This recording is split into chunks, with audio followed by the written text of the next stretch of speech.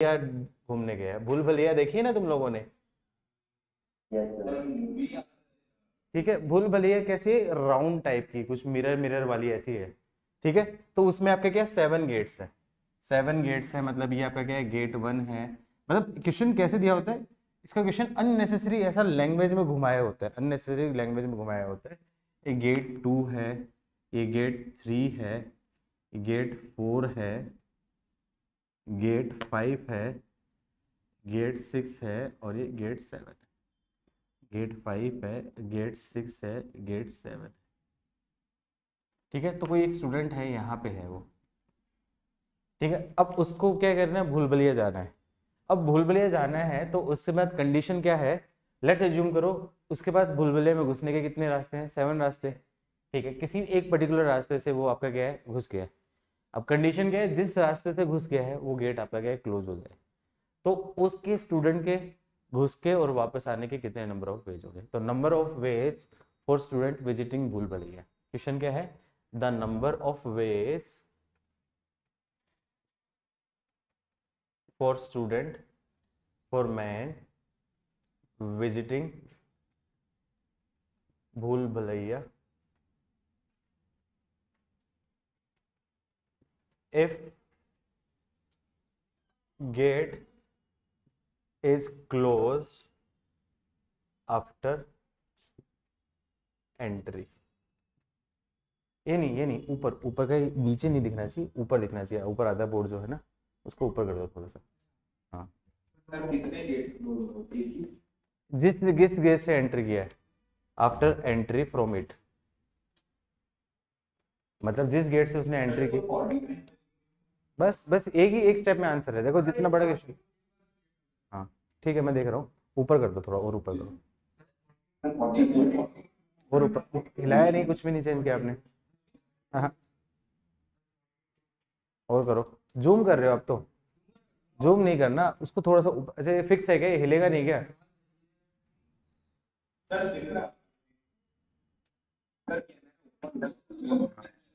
Zoom कर दो और जूम करो, ये ब्लर किया आपने, जूम नहीं किया है।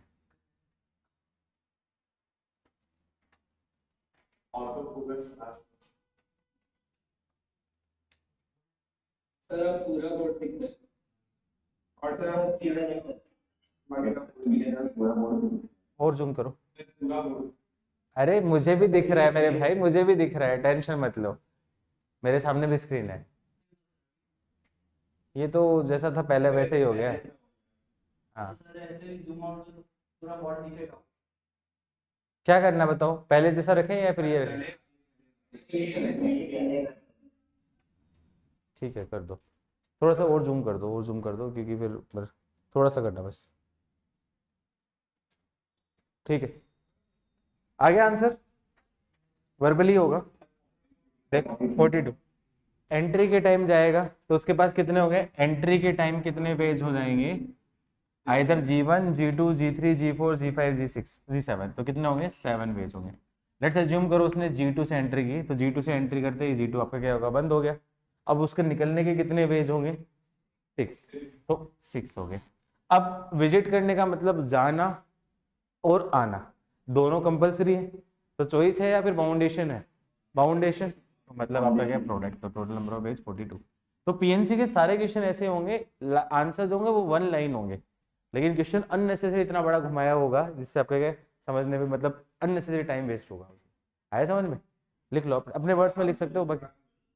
हाँ, क्वेश्चन तो बहुत छोटा सा है, अब देखोगे ना उसके आंसर बड़े बड़े छोटे छोटे होंगे, एक एक वर्ड्स में होंगे, तो एक्सप्लेनेशन लिख लेना, क्योंकि अभी पढ़ते टाइम समझ में आएगा, लेकिन बाद में हो सकता है वो 6 महीने के बाद भूल जाओगे क्या रीजन था उसका। जैसे हाँ, बाउंडेशन से मतलब कंपलसरी है ना, दोनों चीज करनी है, मतलब आपका क्या होगा, प्रोडक्ट होगा। जैसे एग्जांपल एक और ले लो, एक एग्जांपल है, एक बॉक्स है, बॉक्स ए है, जिसमें आपके क्या 4 बॉल्स है, 4 different balls.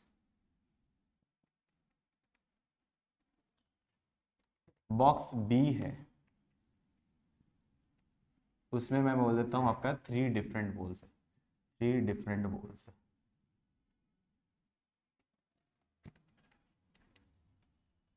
Then find number of ways of, पहला part picking exactly one ball from both box, second picking one ball from any box, तीसरा picking two balls from first box, और D picking two balls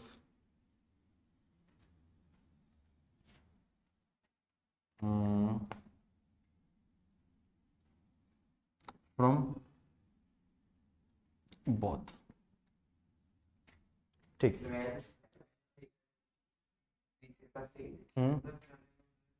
पहले वाले का 7 देखते हैं। हाँ सही है, सही है, ठीक है। देखो अब यहाँ पे मैं दोनों तरीके से मैं बताता हूँ। पहले आपका क्या है काउंटिंग, और दूसरा फिर उसका डायरेक्ट मेथड आपका क्या है फॉर्मूला। पहला क्या दे रखा है, picking exactly one ball from each box. तो पहले बॉक्स से एग्जैक्टली वन बॉल है, तो एग्जैक्टली वन बॉल के लिए आपका क्या है बॉल 1 2 1 या फिर 2 या फिर 3 या फिर 4 चॉइसेस है, या फिर बाउंडेशन है चॉइस। तो मतलब क्या होगा आपका फर्स्ट बॉक्स से निकालने के तरीके आपके क्या हो गए 4। सेकंड बॉक्स से वन बॉल फर्स्ट या सेकंड या थर्ड, तो कितने चॉइस है या फिर बाउंडेशन है चॉइस, तो मतलब 3। अब उसने क्या बोला picking one ball from each box, one ball from both box, दोनों बॉक्स से होनी, मतलब फर्स्ट बॉक्स से भी होनी चाहिए, सेकंड बॉक्स भी होना चाहिए। अब यहाँ पे चॉइस हो गया बाउंडेशन होगी, अब यहाँ बाउंडेशन होगी, इससे भी करना है इससे भी करना है, तो बाउंडेशन का मतलब आपका क्या है प्रोडक्ट। तो टोटल नंबर ऑफ वेज क्या हो जाएंगे आपके पास 12। ये तो आपका क्या है पहले का answer. Picking one ball from each each both box, ठीक है। सेकंड का आंसर क्या है, picking one ball from box any box. Any box का मतलब क्या है, एनी बॉक्स का मतलब सेकंड का आंसर क्या होगा, आइदर फ्रॉम ए और फ्रॉम बी, या तो ए से निकालेगा या बी से निकालेगा। तो ए से निकालने के तरीके कितने होंगे आपके पास 4, बी से निकालने के तरीके 3। अब उसमें चॉइस है एक बाउंडेशन है, चॉइस है एक से कैसे 20 है, तो चॉइस है मतलब आपका क्या 3, मतलब क्या आपका 7। थर्ड का मतलब आपका क्या है, पिकिंग 2 बॉल फ्रॉम बॉक्स 1, 6 या 12। इसमें देखो क्या करूं मैं, पहले काउंटिंग से बताऊंगा फिर दूसरा। ये आपका क्या 1 2 3 और 4 ये बॉल है, तो उसने क्या बोला पिकिंग 2 बॉल फ्रॉम आपका क्या आएगा बॉक्स से। 2 बॉल कौन सी हो सकती है, मैं काउंट करके बताऊं तो फर्स्ट एंड सेकंड, फर्स्ट और थर्ड, फर्स्ट और फोर्थ, फिर उसके बाद सेकंड और थर्ड, सेकंड और फोर्थ, और क्या हो सकता है थर्ड और फोर्थ। इसके अलावा फिर सेकंड और 1, थर्ड और 1, फोर्थ और 1, थर्ड और 2, 4 और 2, और 4 और 3। ये टोटल नंबर ऑफ वेज है। अच्छा सुनो अरे सुन लो काउंटिंग से करेगा तो रुक जा, बीच में मत बोल, मारूंगा नहीं तो। पहली बार बॉल पिक करेगा तो कितनी बॉल आएंगे, फर्स्ट टाइम में कितने चांस रहेंगे, 4 बॉल्स है, तो 4 बॉल्स में एक निकालेगा तो 4। सेकंड टाइम पहली बार में एक बॉल निकाल ली, लेट्स अज्यूम करो उसने बॉल 3 निकाल दी, बॉल 3 बार निकाल दी, कितनी बॉल बचेगी उसमें 3 बॉल बचेगी, तो दूसरे टाइम में कितने वे आएंगे 3।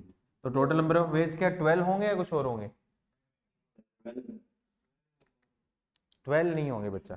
इसका रीजन देखो, लेट्स अज्यूम करो उसने फर्स्ट अटेम्प्ट में उसने बॉल 3 निकाल ली, और सेकंड अटेम्प्ट में उसने निकाल ली बॉल 1 निकाल ली, तो कौन कौन सी बॉल निकली 1 और 3 वाली बॉल, 1 और 3 वाली बॉल। दूसरा केस सोचो, फर्स्ट अटेम्प्ट में उसने बॉल 1 निकाल दी और सेकंड अटेम्प्ट में बॉल 3 निकाली, क्या यही केस बचेगा? कौन सी बॉल निकलेगी उसमें? 3 और 1 वाली बॉल निकलेगी ना। तो ये केस 2 बार काउंट हुआ कि नहीं हुआ? 2 बार काउंट हुआ कि नहीं हुआ? तो इसलिए इसमें क्या करना पड़ेगा आपको? Divide by 2। तो 12/2 मतलब क्या है आपका 6, क्योंकि ट्वाइस काउंट हुआ है ना। अरे बॉल 3 और 1 वाला केस, पहले अटेम्प्ट में बॉल 3 निकाल दी, बॉल 3 निकालने के आपका क्या केस 4 है, बॉल 1 भी निकाल सकता है, 2 भी निकाल सकता है, 3 भी निकाल सकता है, 4 भी निकाल सकता है। 3 निकाल दी, एक निकाल दी, बची कौन सी? 1 to 4 बची। तो दूसरी बॉल निकालने का तरीका क्या हो जाएगा? 1 to 4 में से एक निकलेगी ये, लेकिन उसमें से भी 2 बार काउंट होगा ना, कि पहले में मान लो 3 निकाल दी, दूसरे में 1 निकाल दी, पहले में 1 निकाल दी, दूसरे में 3 निकाल दी, 2 बार काउंट हुआ कि नहीं हुआ? ठीक है, तो ये तो क्या आपका काउंटिंग वाला हो गया। लेकिन इसको ऐसे मत करो, इसको कैसे करेंगे? फॉर्मूले से। फॉर्मूले से क्या है आपका? इसमें से आपका क्या है? 4 बॉल्स है, और 4 बॉल्स में से कितनी बॉल सेलेक्ट करनी है मुझे? 4। तो क्या होगा? Number of ways of selecting 2 balls from 4 balls, तो क्या जाएगी? 4C2। सेलेक्टिंग का मतलब 2CC और अरेंजिंग का मतलब P। 4P2 का मतलब अरेंजमेंट बेटा। अरेंजमेंट मतलब सेलेक्ट करके अरेंज भी करा, उनको रखा है। 1 और 3 सेलेक्ट किया तो फिर रखा उनको एक जगह पे, पहले 3 फिर 1 फिर 1 और 3 ऐसा रखा, तो अरेंजमेंट P2 हो जाएगा। आई बात समझ में? तो इसका आंसर रखूंगा तो 4C2 का मतलब 4 × 3/2 × 1, क्या यही बनेगा? तो ऐसे क्वेश्चन को आगे से अब काउंटिंग से नहीं करना है, ऐसे क्वेश्चन को किससे करना है आपको? सिलेक्शन से। आई बात समझ में? आई समझ में? पहला क्वेश्चन इसलिए मैं समझा रहा हूँ डिटेल से। देखो ना, इसने क्या पूछा है? Picking 2 balls from box 1। तो टोटल कितनी बॉल्स थी? 4 बॉल्स थी। तो 4 बॉल्स में से कितनी बॉल सेलेक्ट करनी है? 2। तो कितने वेज हो जाएंगे आपके पास? 4C2। आएगी नहीं समझ में? नेक्स्ट क्या दे रखा है? Picking 2 balls from each. तो 2 बॉल्स फ्रॉम ईच का मतलब क्या आ जाएगा? पहले बॉल से भी 2 बॉल एंड सेकंड बॉक्स से भी 2 बॉल। तो पहले इसका फोर्थ का केस क्या जाएगा? 4C2, ये आपका क्या है? फर्स्ट बॉक्स से 2 बॉल इंटू, और 3C2 का मतलब थर्ड बॉक्स से 2 बॉल, और बाउंडेशन है, चॉइस है, बाउंडेशन है, तो इंटू आ जाएगा। तो क्या जाएगा? 4C2 का मतलब क्या जाएगा आपका? 4 × 3/2 × 1 × 3। तो ये क्या जाएगा आपका? सोल्व करूंगा तो क्या जाएगा? 6 × 3 का मतलब क्या जाएगा? 18। आए समझ में? डिफरेंस समझ में? पांचवा क्वेश्चन इसी में मैं पूछ लूं, picking 2 balls from any box. तो इस केस में क्या जाएगा? बॉक्स 1 से भी निकाल सकता है, बॉक्स 2 से भी निकाल सकता है। 7 नहीं, picking 2 ball from any box, any box नहीं, any box, any 1 box, any same box, same box. Picking 2 balls for any same box, any same box, 2 ball से सेम बॉक्स से निकलेगी, या तो आपका क्या होगा? पहले बॉक्स से निकलेगी या फिर दूसरे बॉक्स से निकलेगी। तो चॉइस आ गई। तो पहले बॉल से निकालने का मतलब 4C2 और दूसरे से 3C2। अब चॉइस है, अरे कंपल्सरी चॉइस, तो इसका मतलब प्लस हो जाएगा। तो क्या जाएगा आपका? 6 + 3 क्या जाएगा? 9। अच्छा, और तीसरा 6th पार्ट में क्या बोलूंगा? Picking any 2 balls from any box. अब इस केस में कोई चॉइस नहीं है कि बॉक्स 1 से भी कर सकता है, बॉक्स 2 से भी कर सकता है। अब कहां से पिक करेगा? टोटल सारी बॉल्स में से। टोटल कितनी बॉल्स है? 4 पहले में, दूसरी 7, तो टोटल 7 में से कोई भी होगा तो क्या जाएगा? 7C2 का मतलब 7 × 6/2 मतलब आपका क्या जाएगा? आपका 21। आई थिंक सारे केसेस में डिफरेंस समझ में है। ये एग्जांपल मैंने इसे लिया जिससे सारी चीज समझ में आ जाए। कर लोगे ऐसे क्वेश्चन पे? हाँ बच्चे, फर्स्ट केस कौन सा? First case, picking exactly 1 ball from each box. Exactly 1 ball का मतलब क्या होगा? पहले में से भी एक बॉल लेना। तो पहले में से एक बॉल लेने का तरीका क्या जाएगा? 4C1, और ईच बॉक्स का मतलब दूसरे से लेने का 3C1, और चॉइस है, बाउंडेशन है, बाउंडेशन मतलब इनटू। तो 4C3 का मतलब 4 × 3 मतलब आपका क्या आएगा? 12। यही था। तो काउंटिंग यूजुअली लेंथी पड़ता है, तो ये जो परम्यूटेशन जो या कॉम्बिनेशन के जो फॉर्मूले हैं, वो उन्हीं काउंटिंग को छोटा बनाने का तरीका होता है, डायरेक्ट मेथड होता है। डिफरेंस समझ में आया दोनों से? ठीक है, चलो। हाँ बच्चे, सिलेक्शन में तो एनसीआर होता है ना। एनसीआर का मतलब लिखवाया था ना मैंने कल, number of ways of selecting, और पी का मतलब होता है, एनपीआर का मतलब होता है परम्यूटिंग। परम्यूटिंग का मतलब सेलेक्ट करके अरेंज। देखो एक सिंपल डिफरेंस बताता हूँ। तुम्हारी क्लास में अभी 10 स्टूडेंट है, 10 स्टूडेंट में से मुझे 3 स्टूडेंट को पिक करना है फर्स्ट सेकंड थर्ड रैंक के लिए। तो ये बताओ सिलेक्शन का क्वेश्चन हुआ है, अरेंजमेंट का क्वेश्चन हुआ? सिलेक्शन। तो इसका नंबर ऑफ वेज क्या जाएंगे? 10 से 3। 10 स्टूडेंट है, मुझे 3 स्टूडेंट को ट्रॉफी देनी है फर्स्ट सेकंड थर्ड की। तो ये सिलेक्शन हो गया, अरेंजमेंट हो गया। अब सबको सबसे पहले 3 स्टूडेंट मैं सेलेक्ट करूंगा। अब मान लो ये 3 सेलेक्ट स्टूडेंट हो गए। अब इनमें चॉइस होगी, ये फर्स्ट आ सकता है, ये सेकंड, ये थर्ड, ये फर्स्ट, ये सेकंड, वो थर्ड, ये फर्स्ट, ये सेकंड और थर्ड। इनमें चॉइस आ रही कि नहीं आ रही? तो उनको ट्रॉफी भी डिस्ट्रीब्यूट की है, ट्रॉफी डिस्ट्रीब्यूट की है, तो सिलेक्शन, पहले सिलेक्शन देन उनके बाद अरेंजमेंट। तो ये आपका क्या होगा? परमुटेशन। डिफरेंस समझ में आ रहा है दोनों में से? लैंग्वेज पढ़ के समझ में आ जाएगी, सिलेक्शन होगा, अरेंजमेंट होगा, जब आगे पढ़ोगे तब समझ में आएगा। अभी तो बस बेसिक स्टार्ट किया मैंने, यही बताना स्टार्ट किया इस पीएनसी के बारे में। क्या ये डिफरेंस क्लियर? बेटा काउंटिंग प्रिंसिपल, रुक जा, बीच में मत बोला कर। काउंटिंग प्रिंसिपल क्लियर हुआ कि नहीं हुआ ये बताओ? दिमाग घोड़े आगे मत दबाओ, सारी चीजें समझ में आएंगी आगे, तो बस रुको, जिस तरीके से बता रहा हूँ उसी सीक्वेंस में जाओ, ठीक है? लिख लिया यहाँ तक? नेक्स्ट। हाँ बोल। क्वेश्चन में आपने वो एनी सेम बॉक्स मतलब दोनों बॉक्स में पूछा। फिफ्थ में क्या है? Picking 2 balls from any same box, मतलब किसी भी सेम बॉक्स से 2 बॉल।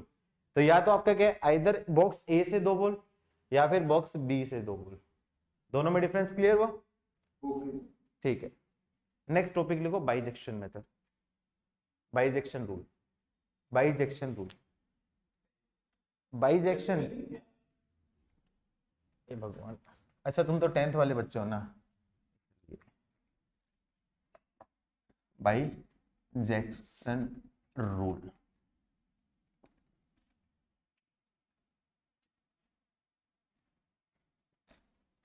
ये रूल कब यूज करेंगे? जब finding favourable ways is difficult. Finding favourable ways is difficult, लिख लो।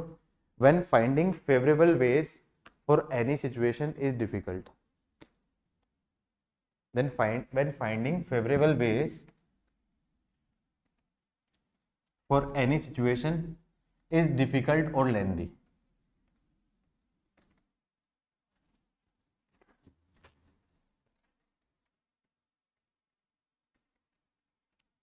then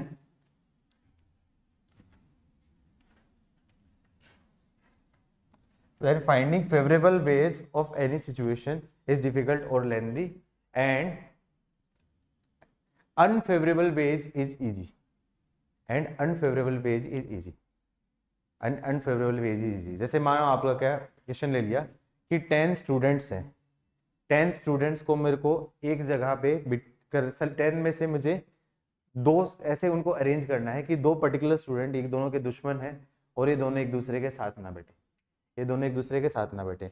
तो अब उस केस में क्या हो सकता है? 10 स्टूडेंट्स को उठाना है, तो साथ ना बैठे मतलब ये फर्स्ट पे बैठा तो ये सेकंड पे नहीं बैठेगा, मतलब थर्ड पे बैठ सकता है, फोर्थ पे बैठ सकता है, फिफ्थ पे बैठ सकता है, ऐसी सिचुएशन होगी। लेट्स अज्यूम करो ये सेकंड पे बैठा है, तो वो फर्स्ट पे नहीं बैठ सकता, थर्ड पे नहीं बैठ सकता, फोर्थ पे बैठ सकता है, फिफ्थ पे बैठ सकता है, सिक्स पे बैठ सकता है। तो ऐसे कितने डिफिकल्ट हो जाएंगे। तो इसका एक आसान तरीका क्या है? टोटल नंबर ऑफ वेज सबको बिठा दो माइनस उन दोनों को साथ भी बिठा दो। फेवरेबल वेज क्या है? एक साथ नहीं बैठने चाहिए, जबकि अनफेवरेबल वेज क्या हो जाए? उसका उल्टा, मतलब एक साथ बैठे। तो एक साथ बैठाना वो आसान हो गया, उसमें काउंट कर सकता हूं मैं, आसान हो गया। तो वो आपका क्या कर दूं? माइनस कर दूंगा। तो इस केस में क्या होगा? When finding favourable ways is difficult and unfavourable ways is easier. तो मैं क्या बोल सकता हूं? Total number of unfavourable ways for any event is equals to total number of ways of occurring event, total number of favorable ways बोल देता हूँ, total number of favorable ways, total number of ways of occurring event minus total number of unfavorable ways। ऐसा मैंने एक example करवाया था, कल करवाया था, याद है? Same mode of transportation is not use, ऐसा करवाया था मैंने। बोला था सेम मोड ऑफ ट्रांसपोर्टेशन। जैसे एग्जांपल मैं बताता हूँ, इन लास्ट क्वेश्चन बताया था ना, सेम मोड ऑफ ट्रांसपोर्टेशन, हाँ, ट्रांसपोर्टेशन इज नॉट यूज्ड तो उस केस में मैंने देखो प्रॉपर तरीका मैंने बताया था, 3 केसेस बने थे। अब उसमें मैंने क्या बोला था, इसमें एक आगे और मेथड पढ़ेंगे हम लोग जिसमें आपका ये होगा, वो यही मेथड था। तो उसमें आपका क्या होगा, same mode of transportation is not use का, तो मतलब क्या जाएगा, इसका मतलब रिक्वायर्ड केसेस क्या जाएंगे आपके पास, total ways minus same mode use, यही बनेगा। तो टोटल वेज कितने होते हैं आपके, 4 × 3 माइनस सेम मोड यूज करने के लिए क्या था आपका, ट्रेन थी, तो पहले से ट्रेन दूसरे ट्रेन, तो ट्रेन के 2, प्लेन 1 पहले में, दूसरे में प्लेन 1, और बस 1 और बस 2 1, तो टोटल कितने थे, सेम मोड 4 बने थे। तो क्या है आपका 12 - 4 मतलब आपका क्या 8 आ जाता है, यही था आंसर कल। आया समझ में। तो ये तो बहुत बेसिक एग्जांपल है जिसमें अपन को टाइम नहीं लगेगा, लेकिन आगे जब क्वेश्चन करेंगे ना तब हम करेंगे, बहुत डिफरेंस होगा। अभी बस समझाने के लिए क्या है, अभी क्या है, जब क्वेश्चन एक्चुअली होते हैं इसमें मिक्स होते हैं, इसलिए मैं जो जो बेसिक रूल्स जो मेरे यूज करने हैं ना वो अभी मैं बता देता हूँ आपका। ये बेसिक समझ में है, अभी तक काउंटिंग प्रिंसिपल समझ में आया, काउंटिंग समझ में आया सबको, और ये बाइजेक्शन रूल समझ में आया सबको, ठीक है। चलो अब मैं क्वेश्चन करना स्टार्ट करता हूँ। इजी क्वेश्चन बताता हूँ, पहले मैं डब्बा मेथड से बताऊंगा। डब्बा मेथड ऐसा कुछ नहीं है, मेरा नाम बनाया हुआ है। इजी एग्जाम्पल से करना स्टार्ट करता हूँ आज, ज्यादा नहीं, 10-15 एग्जाम्पल करेंगे बस, ज्यादा नहीं, इजी इजी से, और सिर्फ कंसेप्ट सिखाना ही है।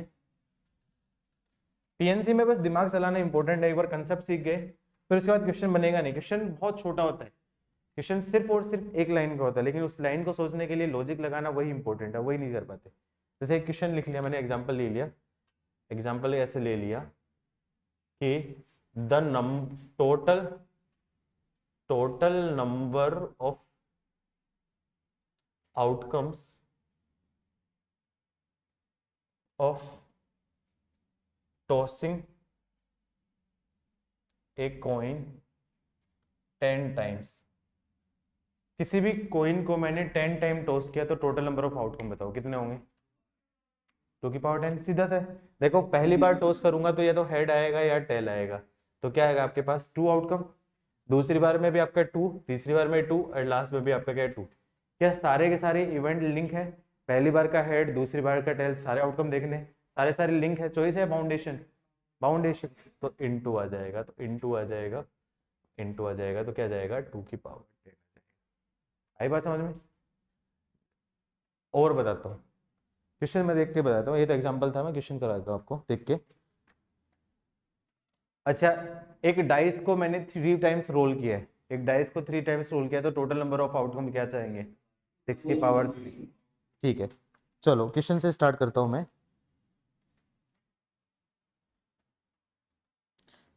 इजी क्वेश्चन, पहला क्वेश्चन लिखो, find the total number of वे। हाँ 6 की पावर 3 वही तो है, 6 क्यूब और 6 की पावर 3 दोनों सेम ही है। पहला question, the total number of ways of arranging, total number of ways of arranging 6 people on 6 chairs, 6 people in 6 chairs। अब देखो क्या है आपका, मैं तरीका बताता हूँ पहले, ये बेसिक एग्जांपल है जिससे मैं सिखाने लगूंगा तरीका। कितनी चेयर्स है, 6 चेयर्स है, 1 2 3 4, 1 2 3 4 5 6, ठीक है। अब देखो ये पहली चेयर्स है, अब मान लो मेरे पास 6 चेयर है, तो मुझे पहली चेयर पे जब बिठाना होगा तो मेरे पास कितने मैन रहेंगे, टोटल 6 रहेंगे। इस चेयर के लिए मेरे पास चॉइसेस रहेंगी 6। अब लेट्स अज्यूम करो कि ये है, ये एक 6 चेयर पे बैठ गए, तो एक चेयर फिल। अब इस चेयर पे बिठाना है तो मेरे पास कितने मैन अवेलेबल रहेंगे, आपके पास 5, 2 बैठ गए। इसके लिए आपके पास 3 4 4 3 2 और 1, और सबको बैठाना है, सबको बैठाना है, चॉइसेस है बाउंडेशन है, बाउंडेशन है, इसलिए आपका क्या होगा मल्टीप्लाई हो जाएगा, तो ये क्या आ जाएगा आपका फैक्टोरियल 6, मतलब आपका क्या है 720। अच्छा, और क्या यही क्वेश्चन कल एनपीआर में भी यही डेफिनेशन दी थी, एनपीआर की डेफिनेशन यही दी थी कि नहीं दी थी। ठीक है, जैसे इसी इसी एग्जांपल में करूं मैं, इसी में टोटल नंबर ऑफ वेज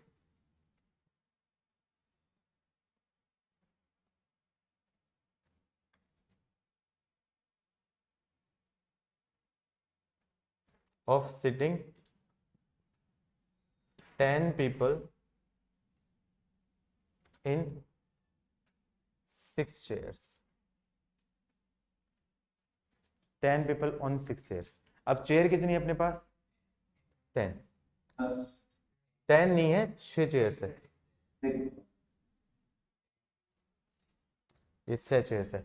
अब पीपल कितने हैं? 10। अब देखो पहली जब बार यहाँ पे बैठेगा तो टोटल कितने मेंस रहेंगे आपके पास? 10। दूसरी बार 9, 8, 7, 6 और 5। चॉइस है, बाउंडेशन है, बाउंडेशन तो सबको बैठना है, तो ये इसका क्या होगा? आंसर हो जाएगा। कर लोगे? थर्ड क्वेश्चन इसी में बोलूं, total number of veg of sitting 6 people in 10 chairs। अब सोच के आंसर देना। टोटल कितनी चेयर्स है? 6 चेयर्स। 0 क्यों? खाली रहेंगी, क्या दिक्कत है? ऐसा थोड़ी बोला, खाली ऑफ कोर्स रहेंगी। 6 लोग हैं, 10 चेयर है तो वही होगा ना। क्या होगा? सोच के देना आंसर। टोटल कितनी चेयर्स है? 10 चेयर्स है। चेयर्स ग्रेटर देन पीपल है, तो उस केस में क्या होगा? आपके पास चॉइसेस आएगी कि नहीं आएगी सिलेक्शन करने की? नहीं बच्चा, नहीं, फिर से सोचो। 10 पीपल्स है और 10 चेयर्स है, पीपल भी डिफरेंट है और चेयर भी डिफरेंट है। नहीं, दोबारा से सोचो। चेयर क्या है? 10। देखो 10 है, एक चेयर पे एक आदमी बैठ सकता है ना। देखो वापस से सोचो, टोटल क्या है? 10 चेयर्स है और पीपल कितने? 6 पीपल है। तो सबसे पहले पीपल सेलेक्ट करेंगे कि नहीं करेंगे अपनी अपनी चेयर? तो 10 चेयर में से कितनी चेयर सेलेक्ट करेंगे? 6। तो सबसे पहले क्या होगा आपका? 10C6। ये क्या होगा आपका? Selection of 6 chairs. अब कोई भी 6 चेयर सेलेक्ट की है, अब उन 6 चेयर में से अरेंज भी तो करेंगे, अरेंज करेंगे कि नहीं करेंगे? तो उसका क्या लिखा आ जाएगा आपका? क्या जाएगा आपका? फैक्टोरियल 6। यही आंसर आएगा कि नहीं आएगा? नहीं है? कुछ और भी सोच। इधर देख, कितनी चेयर्स है? 10 चेयर्स है। 10 चेयर्स है तो 10 चेयर्स ऐसे बिठा दो, 10 चेयर्स ऐसे बिठा दो। और कितने पीपल हैं? 6 पीपल है। तो 6 पीपल्स है, 10 चेयर्स पे बैठेंगे, तो सबसे पहले कितनी सीट सेलेक्ट करेंगे? वो 6 ही तो सीट सेलेक्ट करेंगे। तो उन्होंने 6 सीट अपनी सेलेक्ट कर ली, 4 सीट आपकी क्या रहेंगी? खाली रहेंगी। 4 सीट खाली रहेंगी कि नहीं रहेंगी? तो कोई भी खाली रहे, कोई नहीं। तो उसने सबसे पहले 6 में से वो 4 सीट सेलेक्ट कर, सॉरी 10 में से 6 सीट सेलेक्ट करेगा। अब जो 6 सीट सेलेक्ट की है उन्हीं पे तो बैठेंगे और उन्हीं पे तो क्या करना है? अरेंज करना है। तो सबसे पहले क्या आपका 10C6 वो क्या होगा आपका? सिलेक्शन ऑफ 6 सीट और फिर उनके ऊपर अरेंजमेंट। फैक्टोरियल 6। फैक्टोरियल 6 क्यों होगा? क्योंकि 6 सीट्स में अरेंज करना है ना उनका। कोई बात नहीं, ये आगे आएगा, ये आगे आएगा। मैं बस लिंक हो रहा था ना अभी, लिंक हो रहा था इसलिए मैंने बताया था, लिंक हो रहा था इसलिए मैंने बताया था। इसको कोई बात नहीं, इसको छोड़ दो अभी, ये परमुटेशन में आएगा अभी। बस जब लिंक हो रहा था इसलिए मैंने साथ में बता दिया आपको। ये लिंक हो रहा था इसलिए मैंने बता दिया था, ये एक साथ क्वेश्चन था वैसे बना दिया था। ठीक है, कोई बात नहीं, जब थोड़ा सा और पढ़ लोगे ना, थोड़ा और मैच्योर हो जाओगे तब आज फिर आएगा। ठीक है, नेक्स्ट क्वेश्चन लिखो।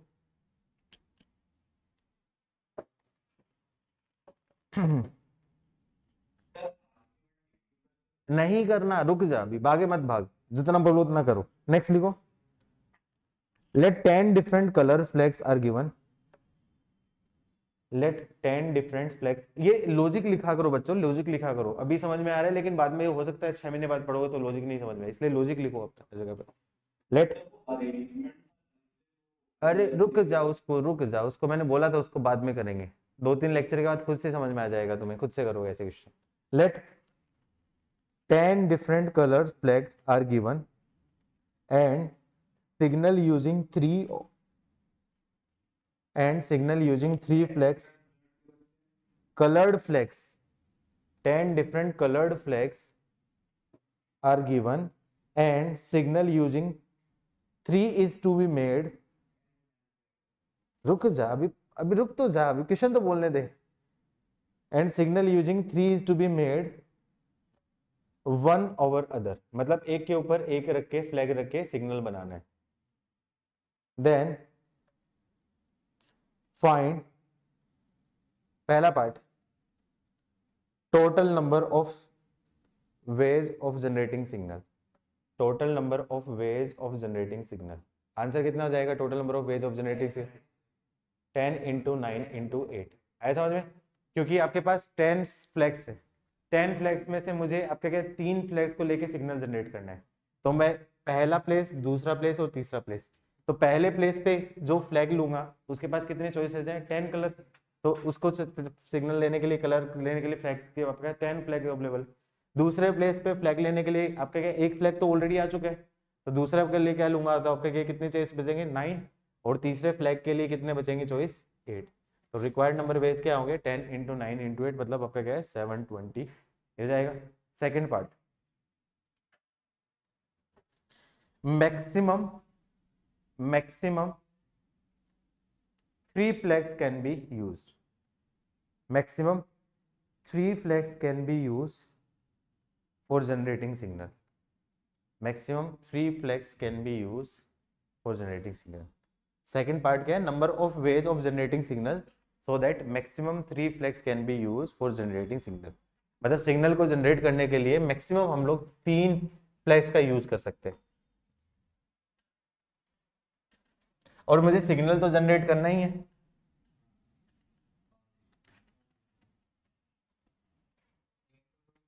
नहीं, अरे फिर से सोचो, टोटल 10 कलर सिग्नल है और मुझे मैक्सिमम 3 फ्लैग ले सकता हूं मैं सिग्नल जनरेट करने के लिए। तो total number of ways of generating signal, question ये है,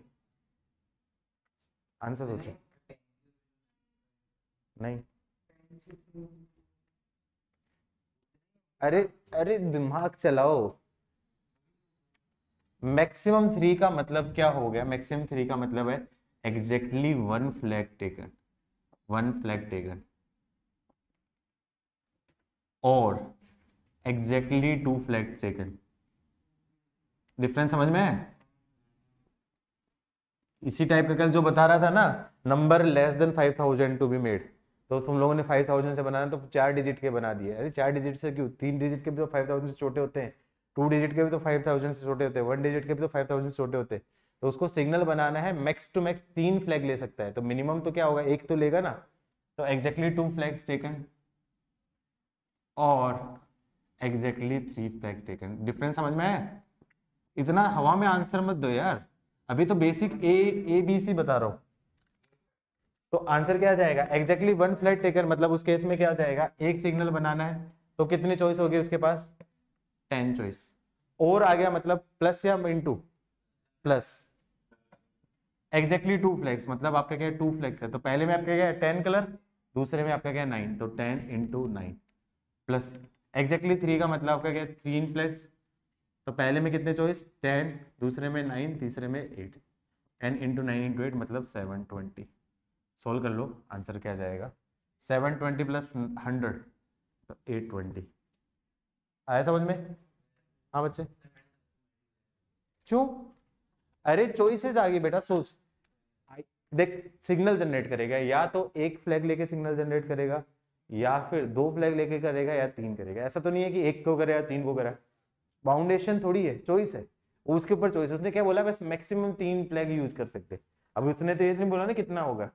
अब इसमें ये भी बोल सकता है कि आप मैक्सिमम 5 यूज करेगा, मिनिमम 3 करे। इस केस में आपके क्या बाउंडेशन होगी कि मिनिमम 3 और मैक्सिमम 5, मतलब 3 फ्लैग लिया, 4 फ्लैग लिया है और 5 फ्लैग लिया, तो तीनों के केसेस है। अरे उसने क्या बोला है, फर्स्ट केस में क्या ले, एग्जैक्टली 3 फ्लैग्स लेके आपको सिग्नल जनरेट करना है, 10 में से 3 फ्लैग्स लेने हैं। तो 3 फ्लैग्स में आपके पास चॉइस होगी ना, पहले बार में 10 कलर है पहले फ्लैग के लिए, दूसरे फ्लैग के लिए 9 कलर होंगे, तीसरे फ्लैग के लिए 8 कलर होंगे, तो 10 इंटू 9 इंटू 8, वही चीज तो यहाँ पे किया है। ध्यान से नहीं सुनते, लॉजिक लिखा करो, लॉजिक लिखा, बुक बंद करो अभी। हाँ हाँ बच्चे, क्वेश्चन था second part, maximum 3 flags can be use for generating signal. Maximum 3 flags can be use for generating signal. Maximum 3 flag मतलब 3 से ज्यादा फ्लैग यूज नहीं कर सकते मैक्सिमम। नेक्स्ट क्वेश्चन लिखो, अगला next, find the total number of words. Next question, find the total number of words with or without meaning, with or without meaning, find the total number of words with or without meaning can be formed find the total number of words with और without meaning can be form using all letters of word Bothra. अब देखो ये question क्या है, इसमें सारे के सारे डिजिट डिफरेंट है। अभी जितने ही पढ़ाऊंगा सारे सारे डिस्टिंक्ट डिजिट के लिए पढ़ाऊंगा, फिर सेम डिजिट वाला बाद में पढ़ाऊंगा, ठीक है। तो बोथरा के लेटर्स को लेके कितने अपन डिजिट बना सकते हैं। पहला part, repetition is not allowed. RNA का मतलब क्या है, रिपीटेशन इज नॉट अलाउड। लिख लो इसका मतलब, RNA में हमेशा ये लिखूंगा RNA। निहार तुम्हारी फेयर कॉपी कहाँ है बच्चे, फेयर कॉपी कहाँ है? अच्छा, तो तुम ऐसा भी कर सकते हो, मैं एक पर्सनली सजेस्ट करता हूँ, PNC के टाइम में काफी क्वेश्चन में लॉजिकली बात लिखनी पड़ती है, तो तुम ऐसा भी कर सकते हो, क्लास में जब अटेंड करते हो तो रफ कॉपी में कर लो और घर पे दोबारा से जाके उसको फेयर करो, क्योंकि PNC दोबारा पढ़ना पड़ेगा। PNC एक टफ चैप्टर होता है, मैं फिर से रिपीट कर रहा हूँ, और उसमें लॉजिक लिखना पड़ता है, तो दोबारा से घर पे सोल्व करो तो अच्छे से फेयर में लिख लिया करो, ऐसा करो ज्यादा बेटर। और कोई लगता है कि वो मेंटेन कर सकता है तो करो, मतलब उसमें तुम्हारी चॉइस है, वो तुम्हारे ऊपर है, लेकिन तुम्हें अभी भी नोट्स कम से कम 3 साल संभाल के रखने हैं अभी, इसलिए मैं ये चीज सजेस्ट करता हूँ कि नोट्स बहुत अच्छे बनाओ, ठीक है। ऐसे नहीं कि अभी तुमने एक एक वर्ड में आंसर लिख लिया और बाद में तुम पूछ रहे हो कि ये क्या होगा, ये कहाँ से आएगा, फिर बाद में पता चला कि मास्टर को गाली देते रहो कि मास्टर ने ऐसा PNC इतना खराब पढ़ाया, उड़ा दिया, कुछ समझ में नहीं आया है, ऐसा नहीं आना है। RNA का मतलब रिपीटेशन नॉट अलाउ, और दूसरा का मतलब RA का मतलब हो गया repetition allow. Repetition allow not allow का मतलब क्या है, रिपीटेशन नॉट अलाउ का मतलब एक ही वर्ड एक ही बार यूज आएगा, और रिपीटेशन अलाउ का मतलब एक वर्ड कितनी बार भी आ सकता है, बी ऐसे बन सकता है, 2 बार भी आ सकता है, 3 बार भी आ सकता है, 4 बार भी आ सकता है। अरे आंसर मत दे, मारूंगा पकड़ के, अगली बार बोला मारूंगा पकड़ के, सोचना नहीं है, मतलब आंसर आना है, ठीक है, हाथ ऊपर कर दो, मैं लिख आ जाऊंगा, आंसर नहीं चिल्लाओगे, ठीक है। सोचो आंसर दो, आ गया, ठीक है। घर वालों आंसर है, देखो पहला क्या आपका रिपीटेशन नॉट अलाउ, तो टोटल कितने वर्ड्स लेटर है 6। तो अब देखो यहाँ पे कितने वर्ड्स बन सकते हैं, पहले तो इसमें कौन सा आ सकता है, बी आ सकता है, ओ आ सकता है, टी आ सकता है, एच आ सकता है, आर आ सकता है, ए आ सकता है। टोटल कितने वर्ड बन सकते हैं, पहले में 6 लेटर आ सकते हैं। लेट्स अज्यूम करो कोई भी एक पुट कर दिया, मान लो उसने ओ पुट कर दिया, ओ पुट कर दिया, वो तो दोबारा नहीं आ सकता, तो दोबारा में आप क्या बच गया, ओ हटा दो, तो क्या बचेगा, बी बचेगा, टी बचेगा, एच बचेगा, आर बचेगा, ए बचेगा। तो टोटल कितने लेटर है 5, तो यहाँ पे आपका क्या है 5। सिमिलरली मान लो ए आ गया, तो ए आ गया तो ए हटा दो, तो क्या जाएगा THR है, मतलब आपका क्या है 4। सिमिलरली सेम वे में 2 into 1। ये कब होगा, ये कब होगा, व्हेन, पहला केस होगा when repetition not allow. Repetition not allow मतलब एक लेटर रिपीट नहीं हो, कोई भी लेटर रिपीट नहीं हो। और दूसरे केस में आंसर क्या होगा, जल्दी से बताओ, 6 की पावर 6, वेरी गुड। सेकंड आपका क्या है, रिपीटेशन अलाउ। रिपीटेशन अलाउ का मतलब क्या होगा, वेरी गुड, बहुत बढ़िया बच्चे हो यार, मजा आ गया। मतलब यूजुअली बच्चों को स्ट्राइक नहीं होता, तुम लोग सोच रहे हो तो मतलब काफी अच्छी बात है, मुझे तो बहुत अच्छा लग रहा है। अब देखो यहाँ पे पहली बार कोई भी लेटर कितनी बार आ सकता है, 6 टाइम आ सकता है ना। लेट्स अज्यूम करो, मान लो उसने ए पुट कर दिया, तो यहाँ पे क्या ए आ सकता है, क्या दोबारा से आ सकता है, ए आ सकता है, तो ए दोबारा भी आ सकता है। तो टोटल यहाँ पे भी आपके 6 आएंगे, यहाँ पे भी 6, यहाँ पे भी 6, यहाँ पे भी 6 और यहाँ पे भी 6। तो टोटल नंबर ऑफ लेटर क्या बनेंगे आपके 6 की पावर 6। अच्छा आगे मैं कराऊंगा, कंडीशन दूंगा, word start with B and with A, start with B but can not end with A, B और ए कैंट बी टुगेदर, इस टाइप के क्वेश्चन, वही क्वेश्चन पूछे जाते हैं कंडीशन लगा के। अभी तो सिर्फ बेसिक ए सिखा रहा हूँ, ए से आज बी जाऊंगा, कल ए सिखाया था, आज बी जाऊंगा, जेड तक जाना है हमें, इसमें बहुत आगे जाना है, आराम आराम से जाएंगे, कोई दिक्कत नहीं है। स्पीड हो सकता है थोड़ी स्लो लग जाए, लेकिन मुझे लगता है वो जरूरी है, क्योंकि तुम छोटे हो भी, माइंड उतना भी तुम्हारा मैच्योर नहीं है, इसलिए तुम्हारे हिसाब से थोड़ा सा धीरे बढ़ा रहा हूँ हर चीज को एक्सप्लेन करते हुए। नेक्स्ट क्वेश्चन लिखो। सर हाँ बच्चे, सर एक चीज ऐसी मानना है, एक लाख वाले में ऐसा हो एक भी लाख क्या चीज, क्या सुनो, एक भी लाख नहीं होता। अरे सिग्नल तो जनरेट करना है ना, मैंने बोला तो था, सुनी नहीं बात तुमने, सिग्नल जनरेट करने के लिए तो फ्लैग तो यूज करना ही पड़ेगा। तो ऐसा कैसे केस होगा, जब फ्लैग ही यूज नहीं करेगा तो सिग्नल कहां से जनरेट होगा। नेक्स्ट क्वेश्चन लिखो, a number lock contains 3 different rings. तुम लोगों ने वो देखा है ना, वो पुरानी अटैची होती थी, उसमें लॉक होते थे, लॉक होते थे, तो उसमें लोक में मान लो आपका क्या नंबर ले रखा है कि आपका मान लो आपका क्या है 786 नंबर दे रखा है, तो मान लो किसी ने लोक लगा रखा है 786 यूजुअली लक्की नंबर होता है, इसलिए ज्यादातर लोग वही लगाते हैं ना, तो वो नंबर लगा दिया, तो जब 786 आएगा तभी लोक खुलेगा वरना लोक नहीं खुलेगा। देखा है ना ऐसा सारी चीज में, देखा है कि नहीं देखा ऐसे वाले, तो लिख लो a number lock contains 4 different rings. A number log contains 4 different rings. 4 different rings. A number log contains 4 different rings. Each contains a number between 0 to 9. Each contains a number between 0 to 9. Each contain a number between 0 to 9. Then find the number of unsuccessful ways. Then find the number of unsuccessful ways for a thief to opening that lock. Then find the total number of unsuccessful ways for a thief for opening that lock. मतलब उसके लिए आ गया answer, गलत है 10 to power 4 - 7। क्यों, देखो अब यहाँ पे आपका क्या अनसक्सेसफुल क्या आ जाएगा, देखो पहले में आपका क्या दे रखा है नंबर क्या आ रहा है, 0 भी आ सकता है, 1 भी आ सकता है, 2 भी आ सकता है और 9, तो कितने लेटर बन सकते हैं आपके पास 10। दूसरे में भी कॉम्बिनेशन, ऐसा कॉम्बिनेशन ये भी तो लगा सकते हैं ना 0 0 0 0, ऐसे बहुत सारे लगाते हैं कि नहीं लगाते कॉम्बिनेशन, दूसरे में भी कॉम्बिनेशन 10, तीसरे में भी 10 और चौथे में भी 10। तो क्या आ जाएगा यहाँ पे टोटल नंबर अनसक्सेसफुल पूछा है, तो अनसक्सेसफुल के बाइजेक्शन लगेगा कि नहीं लगेगा, इसमें सक्सेसफुल निकालना आसान है या अनसक्सेसफुल निकालना आसान है, सक्सेसफुल, तो बोल सकता हूं आपका total number of unsuccessful ways is equal to क्या जाएगा, टोटल नंबर ऑफ वेज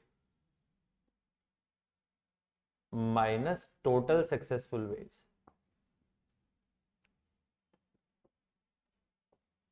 तो टोटल नंबर ऑफ वेज क्या हो जाएंगे 10 इंटू 10 इंटू 10 इंटू 10।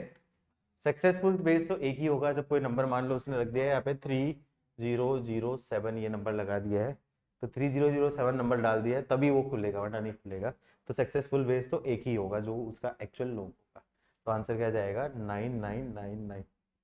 ठीक है, इसीलिए अपन ये लगाते हैं। ठीक है, चलो एक और क्वेश्चन लिखो इसी टाइप का, समझ में आ रहा है ना घर वालों,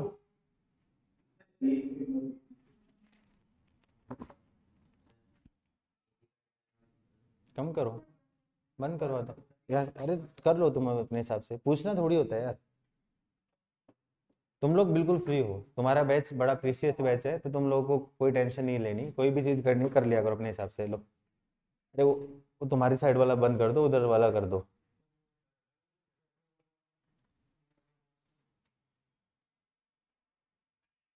एक काम करो 25 कर दो, फिर ठीक है, रूम टेम्परेचर 25 ही होता है ना, केमिस्ट्री में पढ़ा 27 होता है।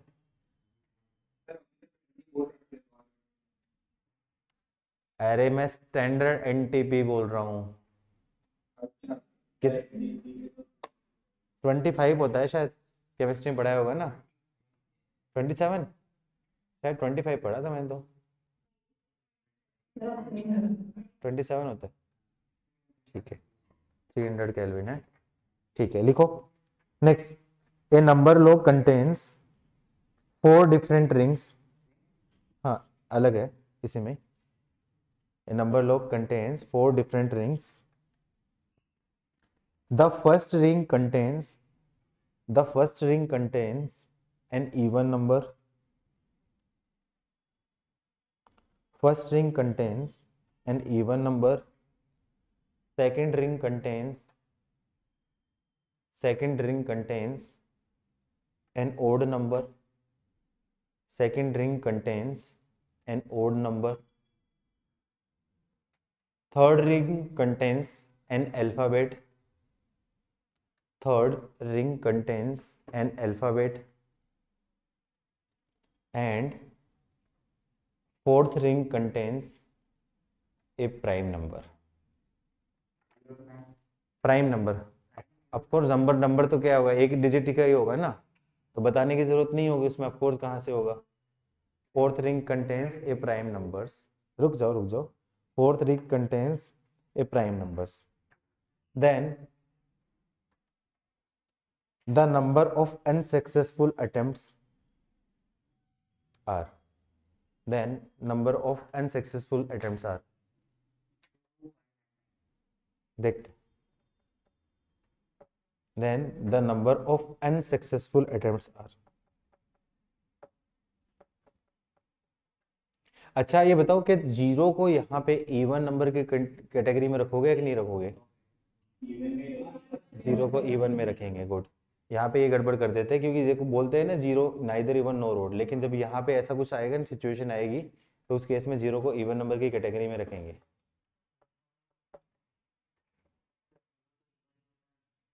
जीरो वैसे तो एक्चुअली कुछ नहीं बोलते जीरो के बारे में, पॉजिटिव नेगेटिव कुछ ऐसा नहीं बोलते, लेकिन कैलकुलेशन के लिए अपन को जीरो को इवन नंबर की कैटेगरी में रख लेते हैं।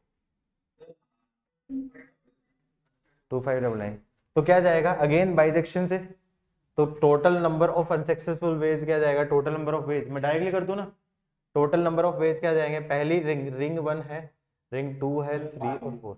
पहली रिंग का आपका क्या रखा, इवन नंबर, मतलब 0 1 2 3 ऐसा हो गया, तो आपका क्या है 5। दूसरे में क्या है आपका ओड भी आपका क्या है 5। थर्ड में क्या है अल्फाबेट आपका क्या है 26, और चौथे में प्राइम कौन से होंगे 2 3 5 और 7, 4 प्राइम होते हैं, तो आपका क्या होगा आपका 4। ये टोटल नंबर ऑफ वेज हो गए, तो 5 4 जो आपका 20, 2500 और 2600 -1, तो क्या जाएगा 2600 -1 मतलब 2599, यही आंसर था। ठीक है, next question.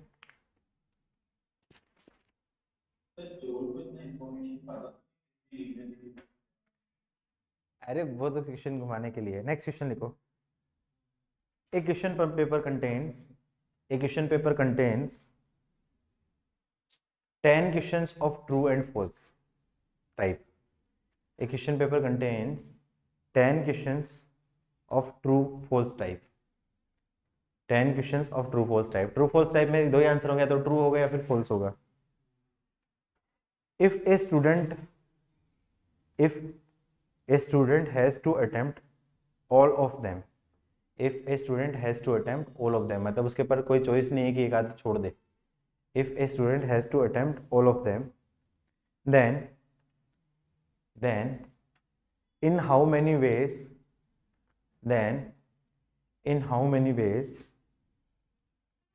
he could not get full marks, then in how, answer कोई चिल्लाएगा नहीं, मारूंगा, आ गया तो हाथ ऊपर कर देना।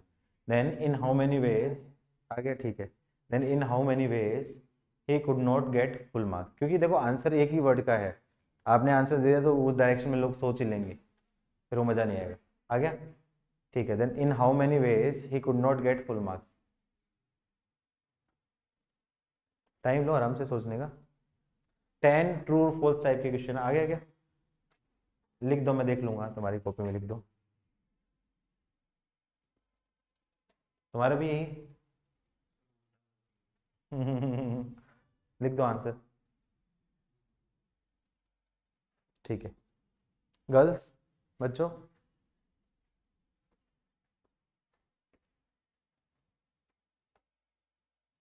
क्या सोच रही हो?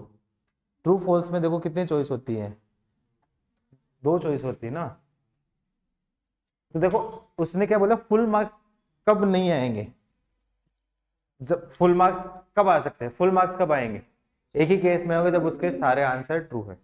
तो मतलब फेवरेबल वेज निकालना आसान है, अनफेवरेबल वेज निकालना आसान है।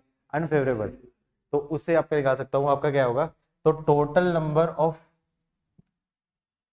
Unfavourable ways is equal to total number of ways minus total unfavourable ways. और ये अनफेवरेबल मतलब गेटिंग फुल मार्क्स, और गेटिंग फुल मार्क्स एक ही केस में बनेगा जब ऑल करेक्ट। ऑल करेक्ट का मतलब क्या होगा, सारे करेक्ट हो, उसका वे क्या हो जाएगा, 1 हो जाएगा। अब टोटल नंबर ऑफ वेज क्या है, ट्रू फॉल्स को अटेम्प्ट करने के कितने तरीके होते हैं, 2। कोई भी क्वेश्चन है या तो आपका क्या होगा, ट्रू होगा या फिर फॉल्स होगा। तो इसको अटेम्प्ट करने के तरीके कितने होंगे आपके, 2। सिमिलरली दूसरा क्वेश्चन है, उसको भी अटेम्प्ट करने के आपके क्या है, 2। तीसरे को भी अटेम्प्ट करने के 2 and so on so last को भी अटेम्प्ट करने के 2। तो टोटल नंबर ऑफ वेज क्या जाएगा आपका 2 की पावर 10 -1, तो क्या जाएगा 1023 ये हो जाएंगे। समझ में आ रहा है ना सही चीज। आज सिर्फ और सिर्फ बी पढ़ा रहा हूँ, ए से बी बस इतना पढ़ाऊंगा, बस बेसिक बेसिक लॉजिक धीरे धीरे धीरे धीरे जानेंगे। हाँ हाँ कंडीशन लगाएगा तो आगे लगाएगा, कंडीशन अफकोर्स लगाएगा कि मिनिमम 5 सही होने चाहिए, मैक्सिमम 8 सही होने चाहिए। तो उसमें कंडीशन लेनी पड़ेगी, एग्जैक्टली 5 सही होंगी। अब उसमें से एग्जैक्टली 5 देखने पड़ेंगे कौन से एग्जैक्टली 5 सही हुए, तो वो तो आगे आएगी ना। अभी सिर्फ बेसिक बता रहा हूँ कि क्या क्या डेफिनेशंस होती है, क्या क्या चीजें होती है, उसी बेसिक से फिर आगे बढ़ेंगे, उसी से आगे बढ़ेंगे। कर लोगे ऐसे क्वेश्चन बेसिक वाले, कोई बात नहीं, धीरे धीरे सोच लोगे। नेक्स्ट निकालो। Let an objective paper have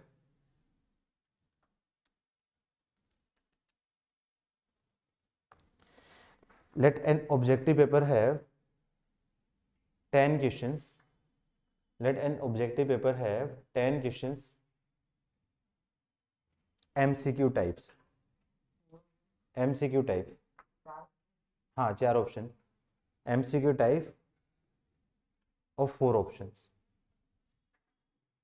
Let an objective paper have 10 question, bracket में लिख लो MCQ type of 4 options. Then find the possible number of ways, then find the possible number of ways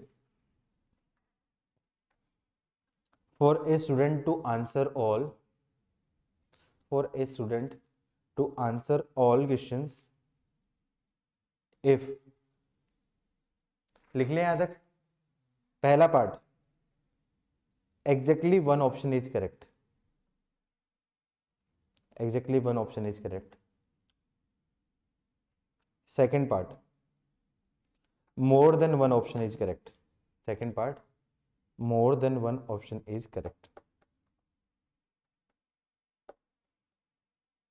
2 question, 4 part का है तो exact मैं answer मारूंगा पकड़ के। More than one option, more than one answer type, more than one और more than one type, single भी हो सकता है, सिंगल भी हो सकता है। वन और मोर देन वन टाइप का मतलब ये होता है ना, एक ए ऑप्शन भी तो हो सकता है ना वन और मोर देन वन में। More than type, more then type का मतलब एग्जैक्टली वन आंसर भी हो सकता है, एग्जैक्टली 2 भी हो सकता है, एग्जैक्टली 3 भी हो सकता है, एग्जैक्टली चारों भी हो सकते हैं। आ गया आंसर दोनों के। दूसरे का था, पहला तो बताना ही थोड़ी था, पहला तो बस ऐसे ही था। पहला तो सबका आ गया मुझे पता है, दूसरा सोचो।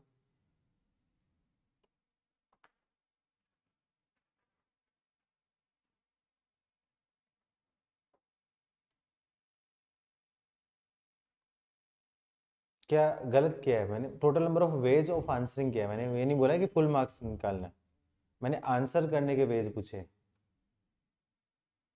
और देखो तुम डायरेक्टली फेयर कॉपी में ऐसे लिख रहोगे ना तो 4 की पावर 10 वैसे बाद में कैसे होगा। लॉजिक लिख लिया करो, लॉजिक लिखो, ठीक है। देखो समझना तुम्हें है, समझना तुम्हें।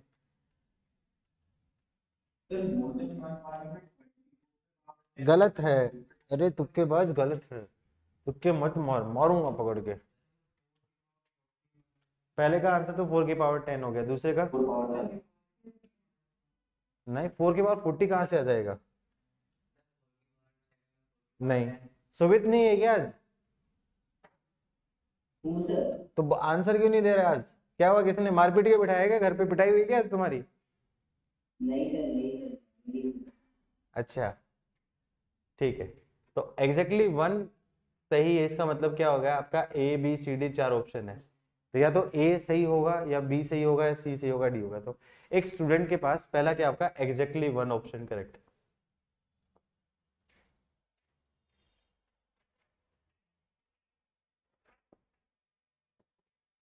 तो उस केस में स्टूडेंट के पास number of ways of attempting a question, ए कोई भी क्वेश्चन को अटेम्प्ट करने के क्वेश्चन क्या होंगे, या तो ए पे ये ए होगा या बी होगा या सी होगा या डी होगा, आइदर ए टिक करेगा या बी टिक करेगा या सी टिक करेगा या डी टिक करेगा। तो कितनी चॉइस आ गई, आइदर ए और बी और सी और डी, मतलब सब आइदर आ रहा है, मतलब चॉइस आ रही है। तो इसका क्या आ जाएंगे आपके पास 4। तो टोटल कितने क्वेश्चन है, 10 क्वेश्चन है। तो टोटल नंबर ऑफ वेज क्या जाएंगे, टोटल नंबर ऑफ वेज क्या होंगे 4 × 4 × 4 एंड सोन 4। तो क्या जाएगा 4 की पावर 10। सेकंड का आंसर क्या है, गलत है, 10 की पावर नहीं होगा। अब देखो मोर देन वन में क्या दिक्कत कंडीशन हो सकती है, वन और मोर देन वन टाइप, रुक जा बीच में मत बोलो, मोर देन वन टाइप। अब उस केस में क्या हो सकता है, चारों केस हो सकता है। पहला, exactly one option is correct,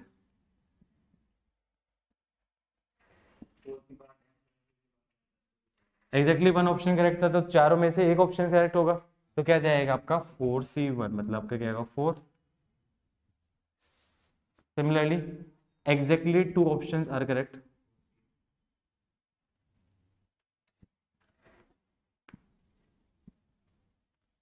exactly 2 option are correct का मतलब ए और सी, बी और सी ऐसे कोई भी होंगे। तो टोटल 4 में से 2 ऑप्शन करेक्ट है, तो क्या जाएंगे आपके पास 4C2, इसका मतलब क्या जाएगा 6। थर्ड क्या जाएगा, एग्जैक्टली 3 ऑप्शंस आर करेक्ट, तो क्या जाएगा आपका 4 में से कोई भी 3 ले लिया 4C3। और फोर्थ केस क्या होगा, ऑल ऑप्शन आर करेक्ट। कितना केस होगा, एक ही तरीका होगा। तो total number of ways of attempting one question क्या होगा आपका,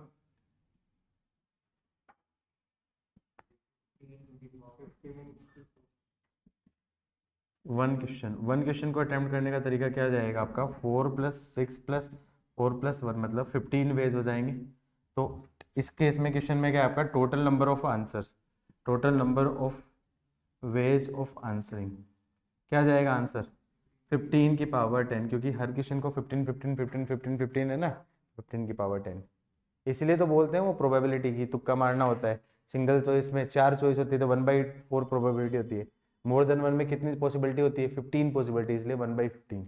ये नहीं सुना था तुम लोगों ने डायलॉग, नहीं सुना, ऐसे क्यों देख रहे हो तुम, डरा क्यों रहे हो मेरे को, हाँ नहीं समझ में। अच्छा डायलॉग वो बोलते हैं ना कि मोर देन वन अटेम्प्ट में तुक्का नहीं मारना चाहिए, क्यों, क्योंकि वहां पे सही होने की प्रोबेबिलिटी क्या आती है 1/15 होती है, क्योंकि 15 नंबर ऑफ वेज होते हैं आंसर करने के।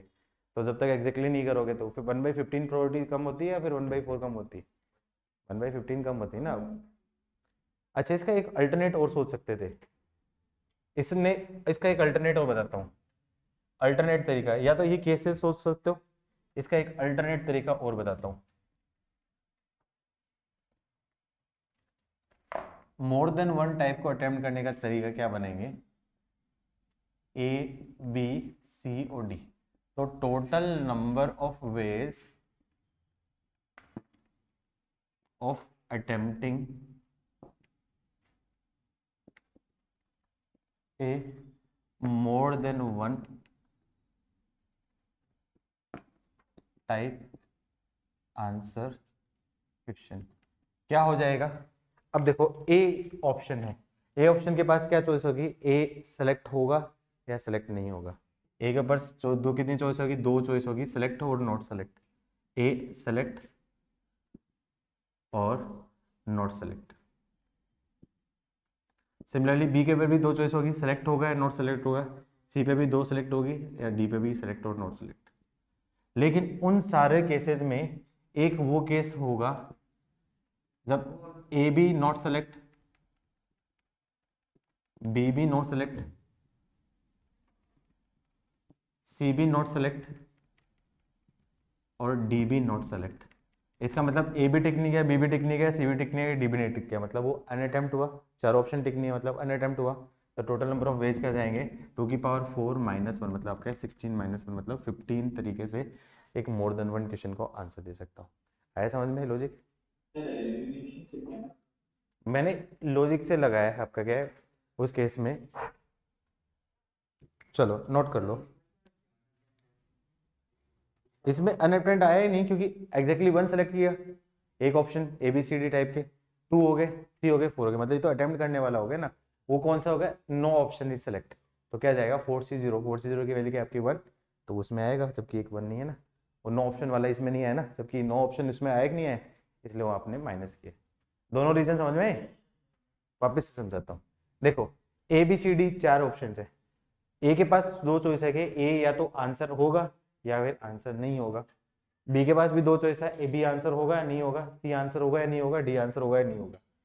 एक चॉइस उसमें से एक रास्ता, ए आंसर नहीं है, बी आंसर नहीं है, सी आंसर नहीं है और डी भी आंसर नहीं है, मतलब चारों अपन ने टिक नहीं की, चारों टिक नहीं किया मतलब कोई भी आंसर टिक नहीं किया, मतलब अनअटेम्प्ट हुआ कि नहीं होगा, तो वो वाला केस अपन को इन 16 वेज में से वो एक आता है, वो माइनस करना पड़ेगा। आया समझ में, लिखो, रीजन लिख सकते हो, रीजन लिख सकते हो, मैंने बोल दो काफी एक्सप्लेन किया है, लिख लो फटाफट। नहीं है तो ऐसे यार तुम चुपचाप ऐसे क्यों बैठ जाते हो, मजा नहीं आता ऐसे, मतलब ऐसा लगता है कि पता नहीं क्या ऐसा बता दिया मैंने, बता समझ में है? तो ऐसे गुमसुम क्यों बैठी हो, तभी ठीक है, पड़ोसन कुछ किया तुमने उसके साथ, तुमने मारा पीटा उसको, डराया धमकाया, तो हंस लिया करो। सनब सरदार देखी कि नहीं देखी, सिखाई थी ना, मैंने बताया था कितनी बार बोला मैंने देखने को, देखते क्यों नहीं हो, देखा करो। सनब सरदार मूवी जरूर देख के आना, वो बोलता है। लिखो नेक्स्ट क्वेश्चन।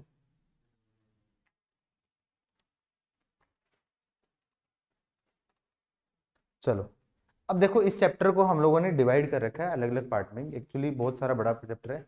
तो पहले आपका क्या, डिजिट प्रॉब्लम, डिजिट प्रॉब्लम के बाद वर्ड प्रॉब्लम, फिर वर्ड में भी आपका क्या है, सिमिलर, फिर डिसिमिलर, डिसिमिलर मतलब डिफरेंट डिफरेंट होंगे, फिर सिमिलर मतलब एक साथ होंगे, सारे हम उसी कैटेगरी के हिसाब से हम करेंगे, ठीक है। तो आज कोई काम मत करो, आज सब तुम मजे मारो, ठीक है, नोट्स बनाओ, ठीक है, कल मैं देता हूँ होमवर्क। तो लिखो पहला क्वेश्चन लिखो, नेक्स्ट टाइप लिखो, डिजिट प्रॉब्लम। डिजिट प्रॉब्लम मतलब जिसमें नंबर्स के साथ डील करना है, डिजिट प्रॉब्लम मतलब जिसमें नंबर के साथ डील करना है।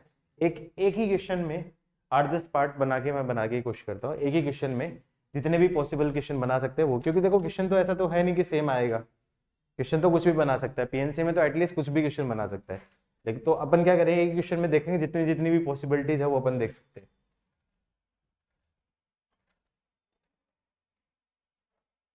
इसमें काफी दिमाग लगाना पड़ सकता है। क्वेश्चन लिख लो, लेट इस, हाँ बच्चे, सर प्रोबेबिलिटी पीएक्स का यूज आता है, ऑफ कोर्स प्रोबेबिलिटी में पीएनसी का ही यूज आता है।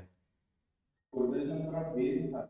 हाँ, टोटल नंबर ऑफ वेज भी निकालने में भी, total number of favourable ways भी निकालने में पीएनसी से ही करेंगे। 10th वाले नहीं है कि काउंट करके कर लो, 9-10 की प्रोबेबिलिटी नहीं होगी वो, ठीक है, कि काउंट कर लिया अपन ने कि 2 क्वीन आ गई 1 किंग आ गया तो इस तरीके से काउंट कर लो, वो नहीं होगा, ठीक है।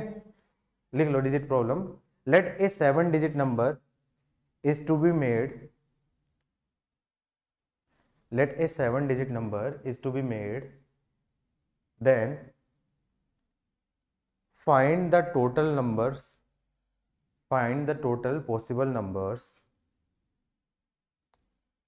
find the total possible numbers if, पहला part, then find the possible numbers if, पहला part, all numbers, all digits are, all digits are distinct। 7 digit का नंबर बनाना है such that all digits are distinct। आ गया answer, ठीक है, आया बाकी लोग? हाँ बच्चे, हाँ मैं रिपीट कर रहा हूँ, डरा क्यों रही, मैं कर रहा हूँ वापस से। Let a 7 digit number, let a 7 digit number is to be made, let a 7 digit number is to be made, then find the total possible numbers, then find the total possible numbers if, पहला part क्या है, all digits are different, all digits are different। Answer बताओ क्या होगा, अरे तुक्के बाजो मारूंगा, गलत है, तुक्के मार रहे हो, तुम सोचते नहीं हो, नहीं नहीं, ऑफ कोर्स 1 2 3 4 5 6 7। अरे पीएनसी में जल्दबाजी नहीं करनी, बुद्धि लगानी है। देखो रुक जा रुक जा रुक जा रुक जा रुक जाओ, रुको रुको। क्या पहली जगह 0 आ सकता है? 0 नहीं आ सकता, क्योंकि 0 आ गया तो वो आपका क्या 7 डिजिट का नंबर नहीं रहेगा, वो आपका क्या आ जाएगा 6 डिजिट का नंबर हो जाएगा। तो पहली जगह पे 0 के अलावा बाकी क्या आ जाएगा, 1 आ सकता है, 2 आ सकता है, 3 आ सकता है, 4 आ सकता है, 5 आ सकता है, 6। तो टोटल कितने आ सकते हैं? 9 आ सकते हैं। लेट्स अज्यूम करो कि पहली जगह में कोई भी लेटर फिक्स कर दिया उसने, मान लो आपका क्या 2 फिक्स कर दिया, तो क्या अगली जगह पे 2 आ सकता है क्या? नहीं। तो यहाँ पे कितने लेटर आ सकते हैं? 9। क्यों? क्योंकि यहाँ पे आपका क्या 0 आ सकता है, 0 आ सकता है, 2 नहीं आ सकता, 0 आ सकता है 9 और बाकी नहीं आ सकता। तो टोटल कितने होंगे? यहाँ पे भी लेटर हो गए 9। अब मान लो यहाँ पे आपका क्या 5 पुट कर दिया, तो 2 पुट हो गया, 5 पुट हो गया। अब कितने लेटर बचेंगे आपके पास? 8। तो यहाँ पे क्या जाएंगे 8, यहाँ पे 7, यहाँ पे 6, यहाँ पे 5 और यहाँ पे 4। सोल्व कर लेना, आंसर आ जाएगा। किसी का था ऐसा? तो क्यों? इधर देख, 7 डिजिट नंबर बनाना है। क्या ये जो नंबर है क्या 7 डिजिट नंबर हुआ? नहीं, क्योंकि पहला नंबर तो 0 है। तो ये तो क्या आपका 6 डिजिट नंबर हुआ ना। तो पहली जगह पे 0 नहीं आ सकता। 0 नहीं आ सकता तो मतलब क्या आ सकता है? 1 आ सकता है, 2 आ सकता है, 3 आ सकता है, 4 आ सकता है, 5 आ सकता है, 6 आ सकता है या 9 आ सकता है। तो टोटल कितने लेटर आ सकते हैं? 9। ठीक है, लेट्स अज्यूम करो मैंने यहाँ पे क्या कर दिया 2 पुट कर दिया। ठीक है, अब 2 दोबारा नहीं आ सकता। क्या यहाँ पे 0 आ सकता है? 0 आ सकता है, 2 नहीं आ सकता क्योंकि 2 पुट हो गया। तो टोटल कितने नंबर बचे यहाँ पे आने के लिए? 9 बचे, क्योंकि 0 अब यहाँ आ सकता है। अब मान लो यहाँ पे मैंने 5 पुट कर दिया, तो 2 भी पुट हो गया, 5 भी पुट हो गया, तो 2 और 5 हटा दो तो टोटल कितने डिजिट बचेंगे? 8। तो यहाँ पे कितने आ सकते हैं आपके पास? 8।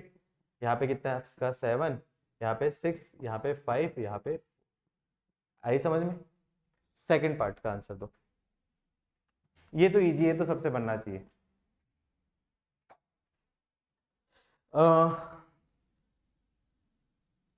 Digit can be same, digits can be same, या फिर इसको कैसे बोल सकते हो? Repetition allow, repetition allow.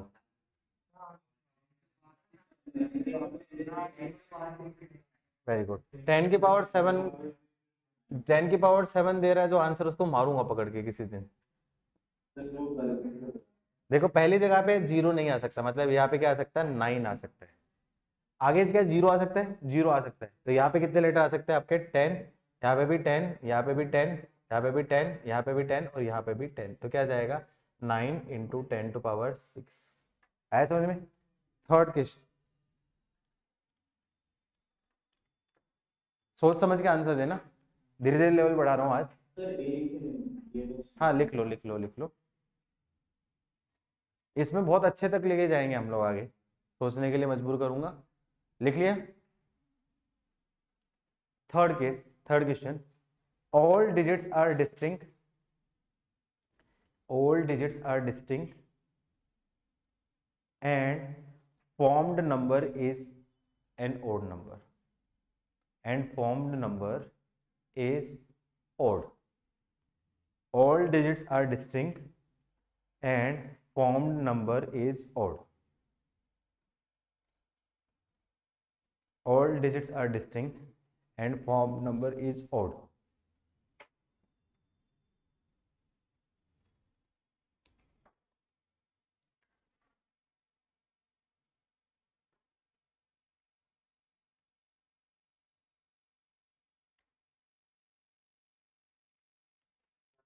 आ गया आंसर?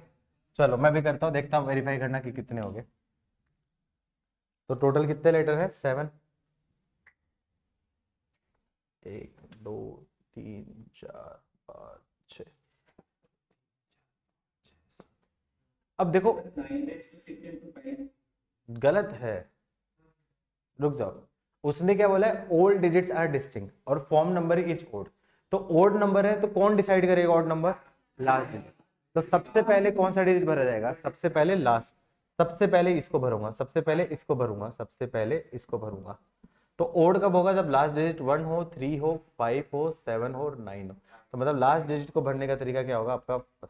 सबसे पहले इसको फिल करूंगा, ठीक है। अब यहाँ पे मान लो कोई एक फिल कर दिया है, कोई भी फिल कर दिया, मान लो लेट्स अज्यूम करो यहाँ पे कौन फिल कर दिया? 3 फिल कर दिया, ओड हो गया। तो अब पहले डिजिट पे क्या आ सकता है? इस पे 0 भी नहीं आ सकता और 3 भी नहीं आ सकता। तो कितने नंबर आएंगे आपके पास? 8। अब मान लो यहाँ पे आपका क्या है? कुछ भी फिल कर दिया, मान लो आपका क्या है? 2 फिल कर दिया, तो यहाँ पे कितने आएंगे? 7 नहीं आएंगे, यहाँ पे 8 आएंगे। क्यों? क्योंकि यहाँ पे 0 आ सकता है। गलती समझ में आई? सब लोगों ने यहाँ पे 7 6 5 करना स्टार्ट कर दिया था, लेकिन यहाँ पे 0 आ सकता है, कि 0 यहाँ नहीं आ सकता, लेकिन 0 यहाँ पे आ सकता है, ठीक है। अब मान लो यहाँ पे कुछ पुट हो गया, तो यहाँ पे आपका क्या? 7 6 5 और मल्टीप्लाई कर लेना, आंसर आएगा। किसी का सही था? किसका था नाम? वादिन और Tanushka, very good. Next question, हाँ लिख लो। लॉजिक लिखना, लॉजिक लिखना, या फिर घर पे लिख सकते हो। पीएनसी तुम्हारी चॉइस है, 2 बार पढ़ोगे तो कोई दिक्कत नहीं, जितनी बार पढ़ोगे उतना अच्छा ही है इस चैप्टर को। तो सबसे बढ़िया तो मेरे हिसाब से रफ वाला ही है, रफ में भी लिख लो, घर पे लॉजिक के साथ में आराम से नोट्स बना लेना अच्छे से। टाइम मिल जाता है ना तुम लोगों को? स्कूल एग्जाम है अभी? कब से? अरे यार गलत टाइम पे स्टार्ट हुआ फिर पीएनसी है। और सर वापस से सीबीएसई की तरफ से भी है। अरे यार तो फिर पहले बताना चाहिए था ना, पीएनसी नहीं स्टार्ट करते उस केस में यार। कोई बात नहीं, चलो कोई बात नहीं, अब कोशिश करेंगे। देखो कि पीएनसी में एक बार छूट गया तो फिर जैसे आज का लेक्चर छूट गया तो कल कुछ नहीं समझ में आएगा, कल का छूट गया तो परसों कुछ भी नहीं समझ में आएगा, ऐसा है। लेक्चर मत मिस करना बस। नेक्स्ट लिखो, third question, fourth question. formed number should be odd. formed number should be odd. अब लैंग्वेज समझो तुम, क्या ले रखा है इसने, क्या बोला? Form number should be odd. अब तुम्हें खुद समझना चाहिए ना कि क्या है इसमें, इससे खुद समझो कि रिपीटेशन अलाउ है या नहीं अलाउ है। आपको तो form number should be odd, उसने बोला कि नंबर ओड होना चाहिए, बीच में कुछ भी हो उससे कोई फर्क नहीं पड़ता। मतलब रिपीटेशन अलाउ हो गया नहीं अलाउ हो गया, आ गया ना आंसर। अब उसने बोला form number should be odd, मतलब ओड होना चाहिए, बाकी पहले कुछ भी हो, मतलब ऑफ कोर्स रिपीटेशन अलाउ हो नहीं अलाउ कोई फर्क ही नहीं पड़ता उसको। तो मतलब मैं सारे केसेस लूंगा, तो सारे केस लूंगा, मतलब नंबर क्या होगा वो आपका ओड होना चाहिए। तो ओड होना चाहिए मतलब आपका यहाँ पे क्या आ सकता है? 1 3 5 7 और 9, मतलब ये लास्ट डिजिट आपका क्या कितने तरीके से? 5 तरीके से, 1 2 3 4 1 2 3 4 5 6 7। अब लास्ट को 5 से भरूंगा, पहले में क्या आ सकता है? 0 नहीं आ सकता क्योंकि 7 हो जाएगा, लेकिन यहाँ पे क्या आ सकते हैं? 9 आ सकते हैं। अब बीच में क्या आ सकते हैं? क्या मान लो यहाँ पे 3 पुट कर दिया तो 3 आ सकता है, क्या आ सकता है? कोई फर्क नहीं पड़ता। तो यहाँ पे कितने आपके? 10 10 10 10 और 10। तो क्या जाएगा? Required number 9 into 5 into 10 to power 5, मतलब आपका क्या है? 45 इंटू 10 टू पावर 5। किस किस का था? अरे वेरी गुड, मजा आ गया। चलो नेक्स्ट क्वेश्चन लिखो, नेक्स्ट पार्ट। इसमें सारे आ जाएंगे बच्चा, डिस्टिंक्ट भी होंगे, रिपीटेशन अलाउ भी होंगे, नॉट अलाउ भी होंगे। रिपीटेशन अलाउ मतलब सारे आ जाते हैं, रिपीटेशन अलाउ भी, नॉट अलाउड भी। हाँ, इन्हीं इसी पार्ट में, इसी में मैं बोला एक ही क्वेश्चन में अपन करेंगे, एक ही क्वेश्चन में जितना भी बना सकते हैं। नेक्स्ट क्वेश्चन लिखो।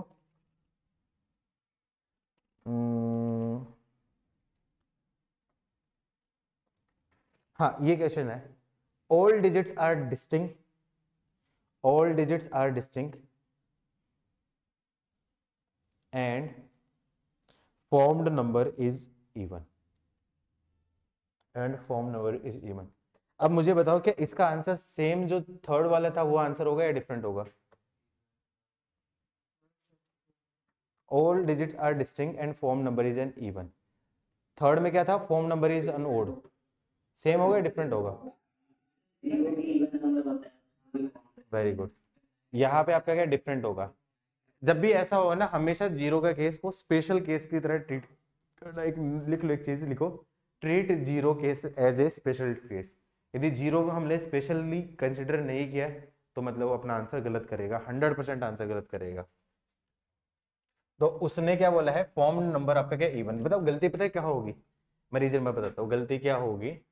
लेट्स एज्यूम करो कि आपने यहाँ पे आपका क्या पुट कर दिया, लास्ट में आपका क्या इवन होने के लिए आपका क्या 0, 2, 4, 6 और 8।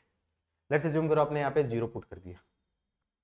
अब यहाँ पे 0 पुट कर दिया तो यहाँ पे तो 0 है ही नहीं, तो सारे नंबर आ सकते हैं। ठीक है, लेट्स एज्यूम करो मान लो आपने यहाँ पे 2 पुट कर दिया। अब 2 पुट कर दिया तो यहाँ पे 0 को हटाओगे, वो वाला केस आएगा कि नहीं आएगा, तो 0 के केस 2 बार आ सकते हैं। इसलिए 0 के केस को डिफरेंट बनाना, इससे आंसर गलत आएगा आपका। जो डायरेक्टली होगा ना वो आंसर वो अलग होगा। तो इस केस में क्या करोगे, हमेशा 0 के केस को सेपरेट केस लेना। मैंने क्या लिखा है नोट में, 0 को केस को सेपरेटली ट्रीट करो। तो उस केस में क्या करूंगा, सबसे पहले लास्ट डिजिट 0 पुट कर दिया। क्या है उस केस में इवन नंबर होगा, इसको पुट करने का तरीका क्या होगा आपका 1, टोटल 1 2 3 4 5 1 2 3 4 5 6 7। ठीक है, अब देखो यहाँ पे 0 आ गया, तो यहाँ पे 0 आ गया तो यहाँ पे कितने डिजिट आ सकते हैं, 9 आ सकते हैं। जबकि उसमें क्या होता था, 8 करते थे। डिफरेंस दिख रहा है ना दोनों में। तो यहाँ पे 9 आ गया, मान लो 1 पुट कर दिया तो यहाँ पे क्या जाएंगे आपके पास 8 7 6 5।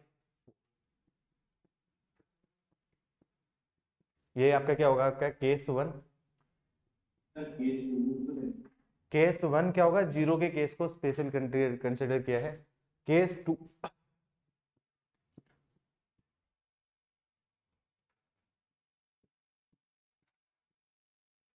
यहाँ पे क्या आ सकता है, 0 के अलावा 2 हो, 4 हो, 6 हो, 8 हो। तो लास्ट डिजिट कितने तरीके से भर सकता है, 4।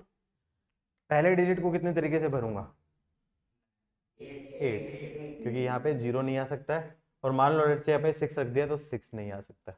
तो कितने तरीके से भरूंगा, आपका 8।